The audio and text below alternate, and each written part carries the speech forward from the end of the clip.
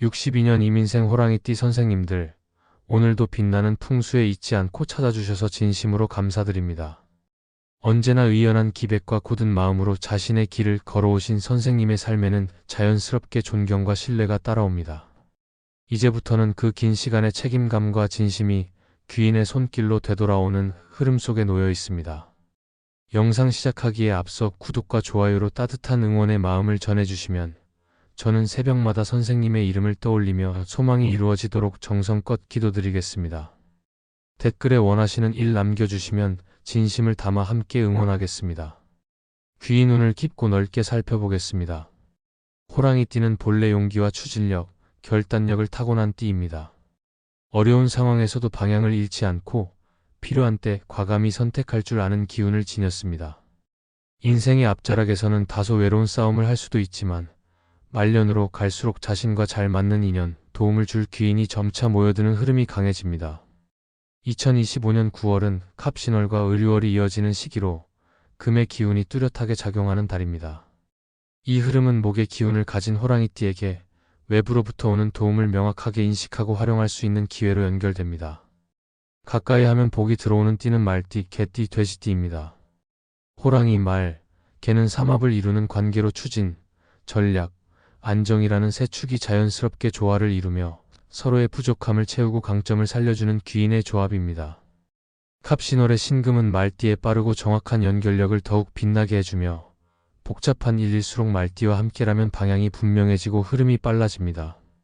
개띠는 호랑이띠의 다소 강한 에너지를 균형 있게 받쳐주는 인연으로 충성심과 책임감을 바탕으로 중요한 일을 함께 감당해낼 수 있는 힘을 줍니다. 돼지띠는 실무 조율과 감정의 유연함을 돕는 인연으로 호랑이띠가 놓칠 수 있는 세세한 부분을 부드럽게 메워주며 실무와 비용을 안정적으로 조율하는 조합입니다. 이들과 함께하는 흐름은 말보다 결과로 이어지기 쉬우며 복이 사람의 손을 통해 선명하게 전달되는 구조입니다. 9월 후반 을유월로 접어들면 유금의 문서력이 작용하면서 귀인은 단순한 인간관계를 넘어 제도, 계약서, 규정, 절차의 얼굴로 나타납니다. 이 시기에는 은행 창구 직원, 관공서 담당자, 병원 코디네이터, 학교 행정실 직원처럼 숫자와 규칙에 능한 인연이 귀인의 역할을 하게 됩니다. 이들과의 첫 만남은 오전에 잡고 목표와 마감일을 명확히 전달하며 필요한 서류는 체크리스트로 정리해 가십시오. 단정한 복장과 금속성의 깔끔한 소품은 선생님의 신뢰를 더욱 높여주는 요소가 됩니다. 반대로 이번 달에는 피해야 할 띠가 있습니다. 원숭이띠, 뱀띠, 용띠입니다. 호랑이와 원숭이는 정면충의 구조로 작은 오해도 감정적으로 폭발할 가능성이 높으며 조율보다는 대립이 더 많이 발생하는 관계입니다. 뱀띠와는 말꼬투리나 표현 차이로 인해 긴 오해가 생길 수 있으며 용띠와는 책임 경계가 모호해져 흐름이 자주 꼬이는 조합입니다.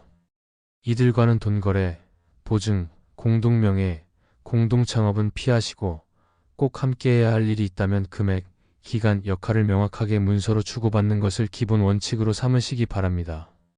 면대면보다는 서면 중심의 협의 방식이 갈등을 줄이고 안정된 흐름을 이어가는 데 효과적입니다.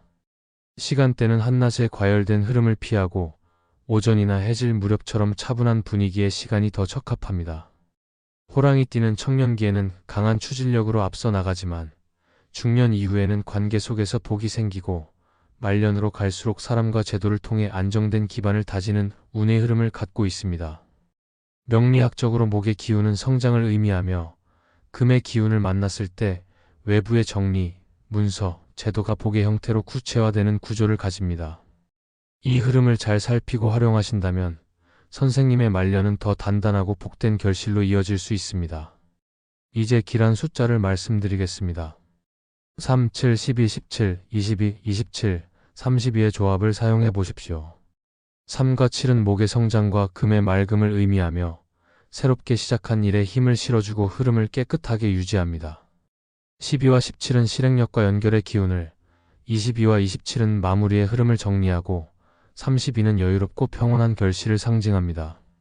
숫자를 선택하실 때는 같은 구간이나 끝자리만 몰리지 않도록 고르게 분산해 활용하시는 것이 좋습니다.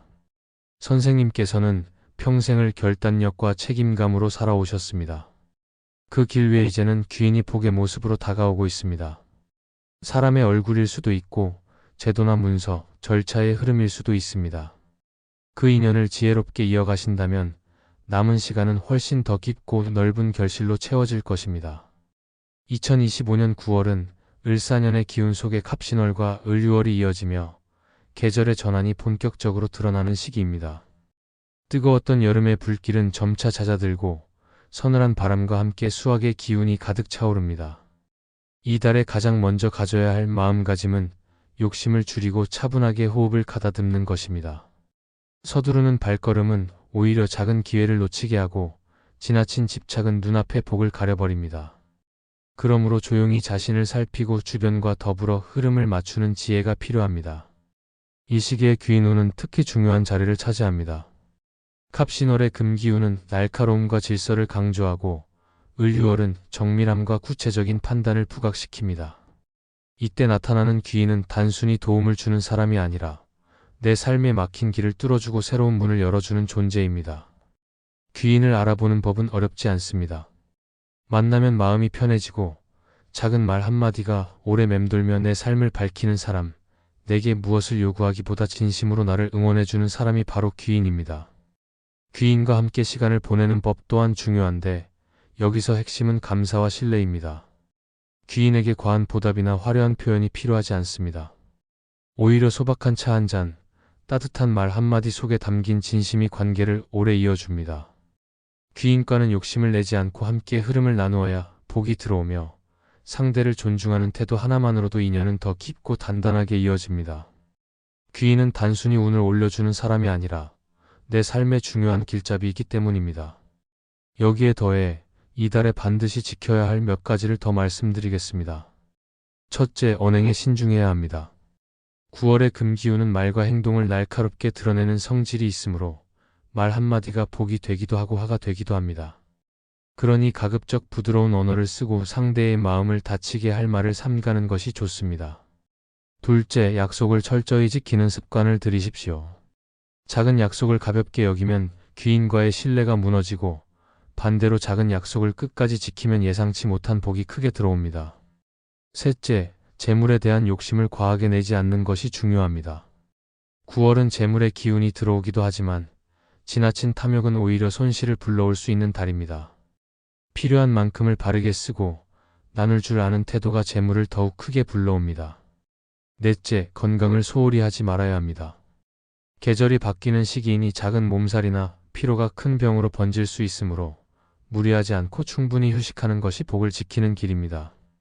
다섯째, 마음을 밝게 유지하십시오. 마음이 어두워지면 귀인이 옆에 있어도 알아보지 못하고 좋은 기회가 와도 붙잡지 못하게 됩니다. 긍정적인 기운을 품고 작은 기쁨에 감사하는 태도가 행운을 끌어당기는 힘이 됩니다. 결국 2025년 9월은 나 혼자만의 힘보다 타인과의 조화와 귀인의 덕을 통해 복이 커지는 달입니다. 겸손과 감사, 그리고 신중함을 지켜내는 태도가 복을 불러오고 귀인과의 인연을 소중히 여기는 마음이 운명을 넓혀줍니다. 반드시 지켜야 할 5가지 마음가짐을 생활 속에서 실천한다면 이 달은 단순한 한 달이 아니라 내 삶의 큰 전환점이 될 수 있습니다. 9월의 흐름 속에서 귀인을 만나고 귀인과의 시간을 귀히 여겨 복을 크게 키워나가시기를 바랍니다.